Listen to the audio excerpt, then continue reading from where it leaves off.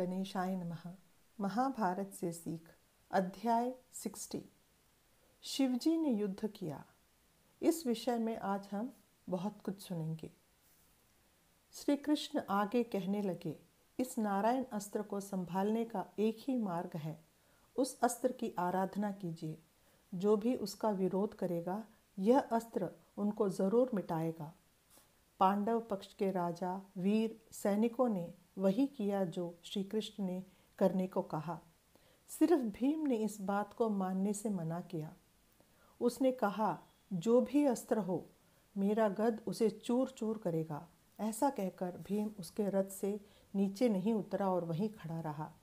नारायण अस्त्र को ज्ञात हुआ कि पांडव सेना में सभी उसकी आराधना कर रहे हैं और सिर्फ भीम ही उसका विरोध कर रहा है, इसलिए वह अस्त्र भीम की तरफ मुड़ा। उस अस्त्र की आग की छींटें उन्होंने भीम को, उसके शरीर को बहुत ही जला डाला। अर्जुन ने जब वरुण अस्त्र का प्रयोग किया तब भी नारायण अस्त्र को संभाल नहीं सका।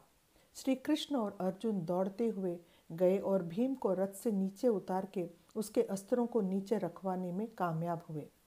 नारायण अस्त्र ने अपनी शक्ति खोई। दुर्योधन अश्वत्थामा के पास आकर उस नारायण अस्त्र का प्रयोग दोबारा करने को कहता है। अगर उस अस्त्र का प्रयोग दोबारा किया जाएगा तो जिसने उसका प्रयोग किया वह अस्त्र उसी को मिटा देगा, ऐसा कहता है अश्वत्थामा। अब दूसरे अस्त्रों के प्रयोग के बारे में सोचता है अश्वत्थामा। पांडवों के समूह को पूरी तरह से मिटा सकने वाला आग्नेय अस्त्र का प्रयोग किया अश्वत्थामा ने। जब वह अस्त्र छोड़ा गया तो आसमान अंधकार में छा गया। आकाश से आग के गोले गिरने लगे जो हाथी, घोड़े और वीरों को जला के राख करने लगी। इसका मुकाबला करने के लिए अर्जुन ने ब्रह्मास्त्र का प्रयोग किया और अंधकार मिटा दिया। शीतल हवा चलने लगी। आग्नेय अस्त्र कामयाब हुआ और इसकी शक्ति भी खो बैठा।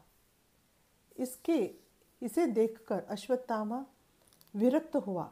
व्यास जी जब वहाँ आते हैं तब बड़ी ही विनम्रता से पूछता है अश्वत्थामा उनसे कि क्यों उसके सारे अस्त्र बेकार हो गए। व्यास जी ने उसका एक विस्तृत व्याख्या दिया। नारायण के नाम से जो पुकारे जाने वाले हैं वे हमारे बुजुर्गों के बुजुर्ग हैं। वे एक बार धर्मदेव का पुत्र बनकर पैदा हुए और लोक कल्याण के लिए हिमालय के पर्वतों में घोर तपस्या की। वे नारायण ऋषि हुए और उन्होंने ब्रह्मदेव की तेजस को प्राप्त किया। ब्रह्मांड को अपने में समाये हुए और सभी लोकों के अधिपति शिवजी उनकी तपस्या से खुश होकर उस नारायण ऋषि को अत्यधिक शक्ति और श्रेय दिया। इस संसार में कोई भी उन्हें जीत नहीं पाएगा, ऐसी शक्ति शिवजी ने उन्हें प्रदान किया। नारायण की तपस्या से उत्पन्न हुए ऋषि नारन हुए।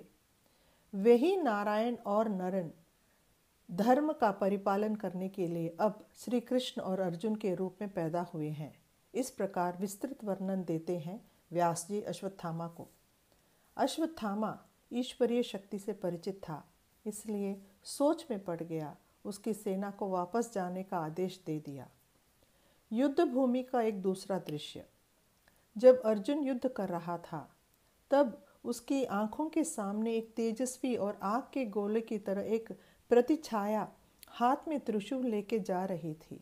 उस त्रिशूल में से कई प्रकार के अस्त्र निकले और उन्होंने दुश्मनों का संहार किया। देखने वालों को लगा कि अर्जुन ही सभी पर वार कर रहा है, क्योंकि किसी को उनकी नज़रों के सामने वो प्रतिछाया दिखाई नहीं दी। अर्जुन व्यास जी से इसका मतलब पूछते हैं। व्यास जी ने समझाया, तुम्हारे सामने जो प्रतिछाया चल रही थी वह साक्षात शिव जी थे।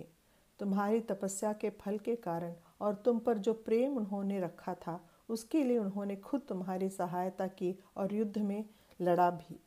श्री कृष्ण को भी तुमने अपनी दोस्ती से उनको भा लिया। इस कारण इन दोनों की सहायता से तुम इस युद्ध पर विजय प्राप्त करोगे।